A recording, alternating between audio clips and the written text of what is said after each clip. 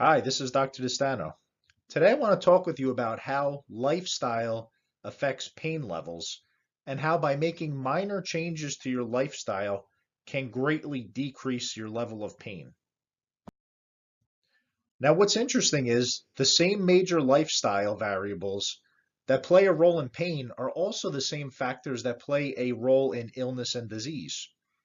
And we know that most chronic illnesses and diseases, such as stroke, certain types of cancer, heart disease, and even depression that plague our society today, are preventable.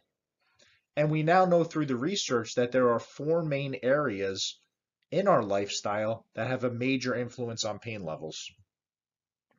And these lifestyle factors are physical activity level, stress level, sleep quality, and diet and nutrition.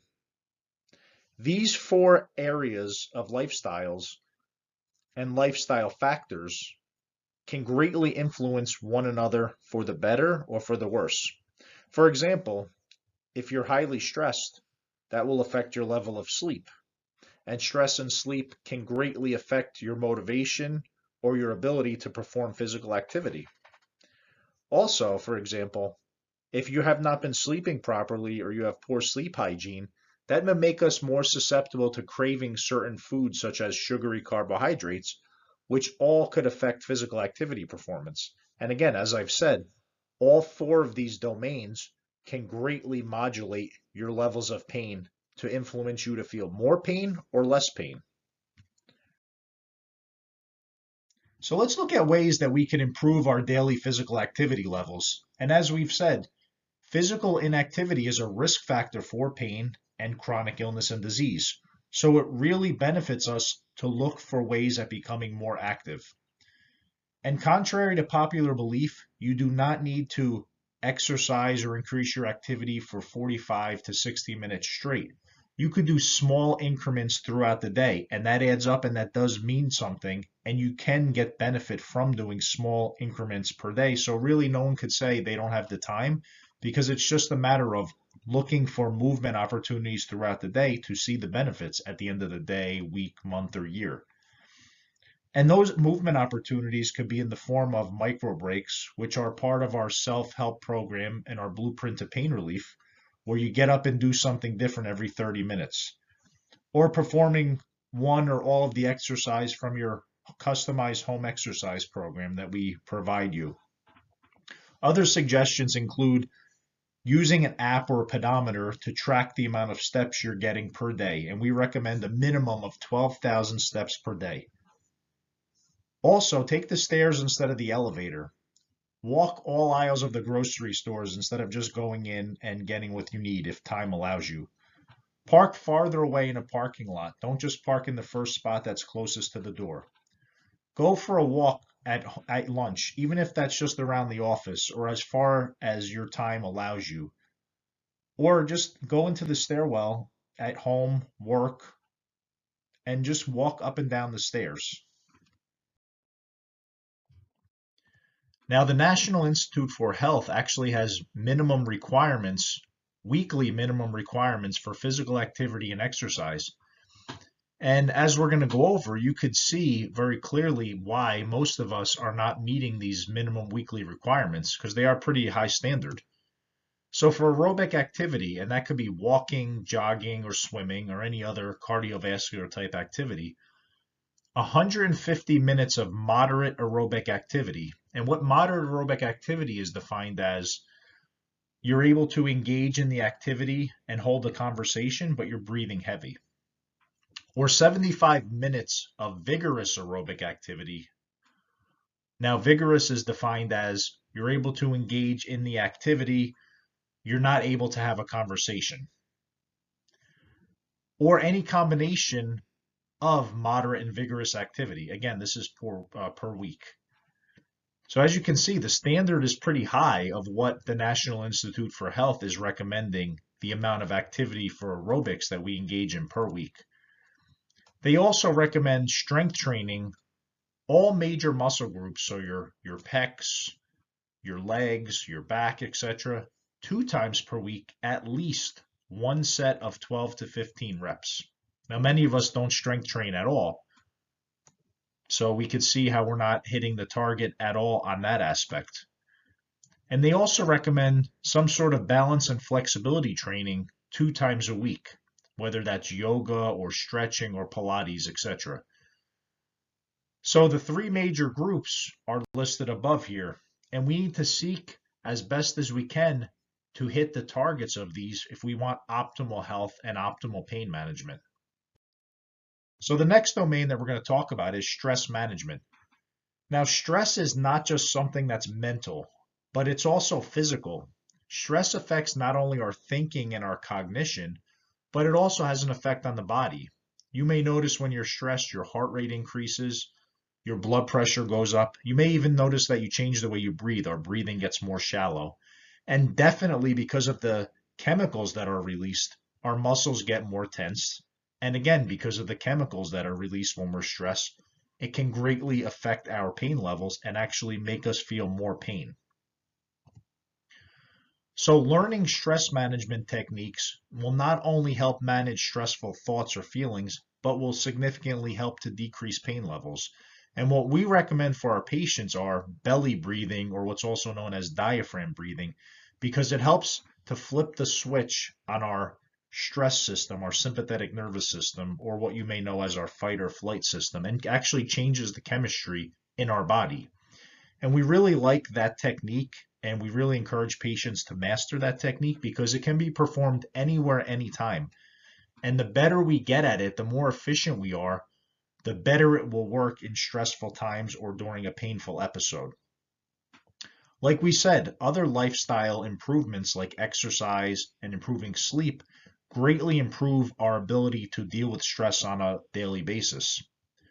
But at times we do need to refer patients to a psychologist because sometimes the stress is too much for them to try to manage on their own and they need professional help. It's also worth noting that there's certain supplements or medication to help further deal with stress or anxiety that may be warranted to look into if necessary. The next lifestyle factor that we're going to talk about is sleep. Now, sleep deprivation has been considered or referred to as a pandemic, and that is very problematic because we know that sleep deprivation has a significant effect on mood, memory, our concentration ability, and overall health. And we're now learning now more than ever the correlation between sleep and pain. Individuals who are in pain have difficulty sleeping, whether it's falling asleep or staying asleep. And if we have chronic sleep deprivation or difficulty sleeping, whether it's falling asleep or staying asleep, that can actually make us susceptible to feeling more pain than if we were well rested and on a good sleep schedule.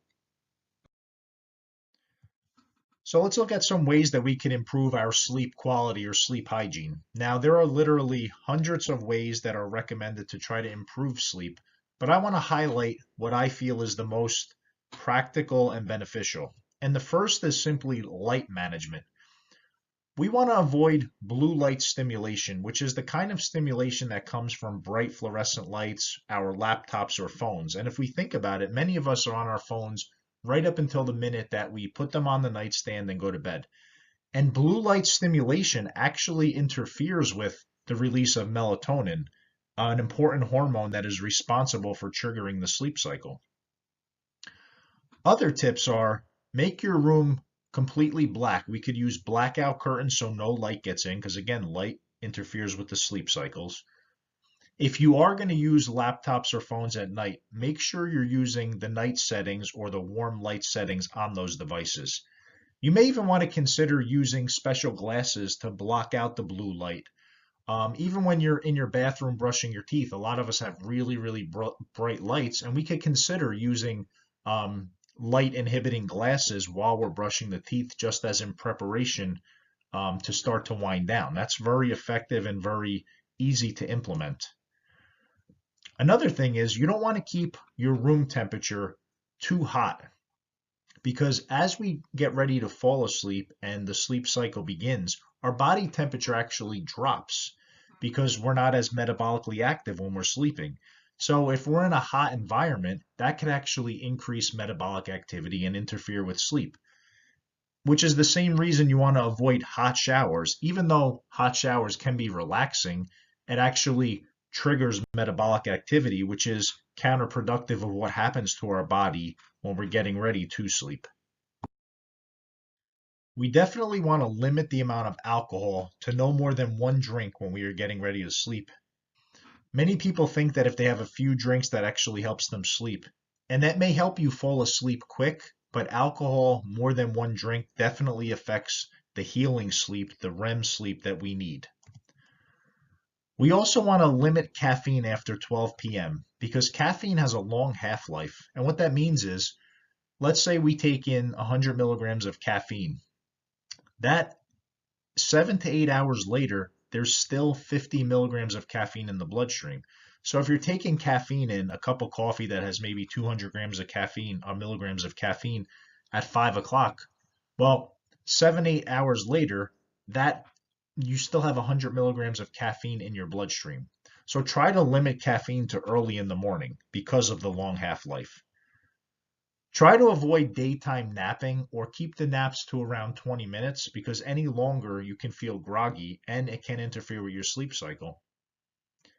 Try to avoid working in the bedroom because a lot of times when we're working, particularly in the bedroom, if we're on our laptops for hours on end, that's associated with stress. So try to do your work in the living room or a different room, the dining room, for example, and just limit the bedroom to sleep. Another good suggestion is use a sleep tracker because what you want when you're trying to improve your sleep is consistency. So the sleep tracker will do its best to track the amount of sleep you're getting and to help remind you to go to bed at a set time and to wake up at a set time because again, consistency is the key. There's also a variety of supplements like pills. There's also teas that have blends to help trigger sleep or to help us stay asleep. Sleep medication may be an option at times if you're going through a stressful period. It's not something you want to have to rely on, but that is an option. A lot of times, if we have uncovered what may be a sleep disorder in our patients, we always refer patients to a sleep specialist to see if they may have insomnia or sleep apnea. And both of those are very important to identify because, again, it could greatly affect pain levels and overall health. And finally, may want to consider getting your blood levels or hormones checked just to make sure, because again, if our hormones are out of balance, that could affect the ability to fall asleep or stay asleep. So it's easy for us to kind of conceptualize how diet and nutrition can affect our overall health and well-being and play a role in illness and disease.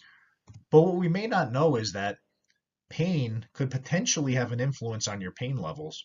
And if you know your diet is what we call pro-inflammatory, which we'll talk about in a little bit, it may be worthwhile looking into if modifications in diet influences your pain levels for the better. Because we know that there is a significant relation between pain levels and inflammation. And we know that certain types of foods can be pro-inflammatory and kind of raise your resting level of inflammation. So nutrition, without you even knowing it, may be adding fuel to your fire or a breeding ground to trigger a painful episode in the midst of other lifestyle variables that may not be kind of on par where they need to be, and promote or perpetuate a chronic pain situation. So a basic recommendation that we make to patients are try to incorporate as much anti-inflammatory foods as you possibly can, or that your diet and your system will allow you to. I know certain people have allergies or they can't tolerate certain foods, but you really can't go wrong for a variety of reasons incorporating or increasing your level of fruits and vegetables. Healthy nuts such as walnuts, almonds, cashews, peanuts don't really fall into that category and they could actually be pro-inflammatory. Um, Extra virgin olive oil, coconut oil, dark chocolate, even spices that actually come in a supplement form or taking them in their natural form, such as ginger, turmeric, garlic, oregano, etc. They all have a benefit and may be worthwhile looking into. Now, some pro-inflammatory foods are essentially refined grains or refined white flour products, such as breads, pastas, boxed cereal, the sugary foods or the processed packaged foods, deep fried food that are fried in vegetable oil, such as corn oil or safflower oil, and many salad dressings. So if you are looking at this slide and you realize, oh yeah, that's a majority of my diet, you may want to consider eliminating them, um, replacing them with whole grains, and incorporating more of the strategies that we talked about that were anti-inflammatory. Again, these are very basic recommendations. And if we feel or you feel that diet could be a significant contributor to your symptoms and your overall health, you may want to consider consulting a registered dietitian for further guidance.